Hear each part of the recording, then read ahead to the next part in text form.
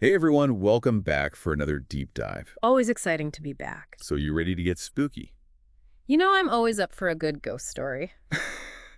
Well, you picked a good one for us today, the Blackwell Ghost. I mean, this house in Rhode Island, it's got it all, local legends, historical mystery, and yeah, maybe even a ghost or two. What more could you ask for? Right.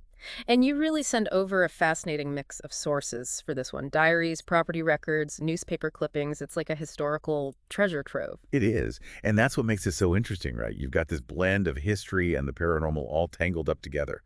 But before we go too far, for anyone who might not be familiar, let's start with the basics. What exactly is the Blackwell Ghost? Okay, so the Blackwell Ghost is said to be the spirit of Anne Waters. Anne Waters. Right. And the story goes, she met a tragic end at the Blackwell House back in the 18th century. Hmm. And how did she, die? Do we know? Well, that's where things get a little murky. The sources you sent paint slightly different pictures. Some say she died of a broken heart, others suggest foul play. There's even one account that links her death to a rather nasty storm. Oh, wow. Yeah, it makes you wonder how much of these stories have been embellished over time, passed down through generations, changed a little with each telling. Right, like a historical game of telephone. Right. But that's part of the fun, right? Trying to sift through the stories and separate fact from fiction. So let's move on to the house itself, the Blackwell House, right? Is it true that this place is just riddled with paranormal activity? Well, according to the numerous accounts you've provided, it certainly seems that way.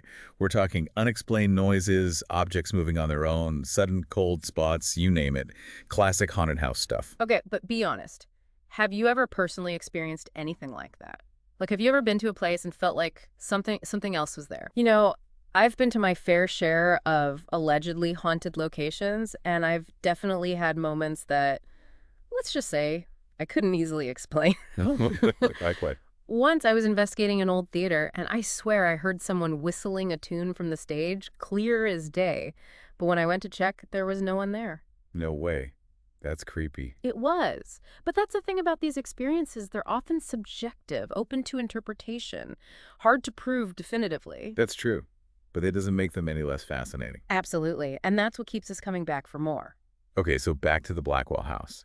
The accounts you mentioned, they're mostly just like people's stories, right? Mm-hmm. Is there any hard evidence to back any of this up? Well, there have been numerous investigations at the Blackwell House over the years. Some investigators claim to have captured EVPs. Those are electronic voice phenomena.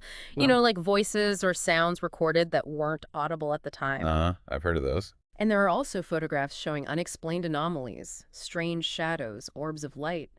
But as I said before, these findings are often open to interpretation. What one person sees as a ghostly apparition, another might dismiss as dust on the lens. Right, right. It all comes back to that lack of concrete evidence. Right. So where does that leave us? I mean, after all this, after sifting through the history and the stories and the evidence, or lack thereof, what are we supposed to make of the Blackwell Ghost? Do you think there's something really there? Honestly, I don't know, and I think that's okay. I think the beauty of these mysteries is that they leave room for us to draw our own conclusions. Maybe there is something truly paranormal happening at the Blackwell House. Maybe it's just the power of suggestion, the weight of history seeping into the present, or maybe, just maybe, it's a little bit of both. What do you think? Honestly, I'm leaning towards a little bit of both. Yeah. It's hard to deny the sheer volume of stories and experiences, Mm.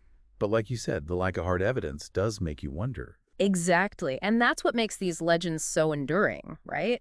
They challenge us to think critically, to question what we believe, and to remain open to the possibility that there might be more to the world than meets the eye.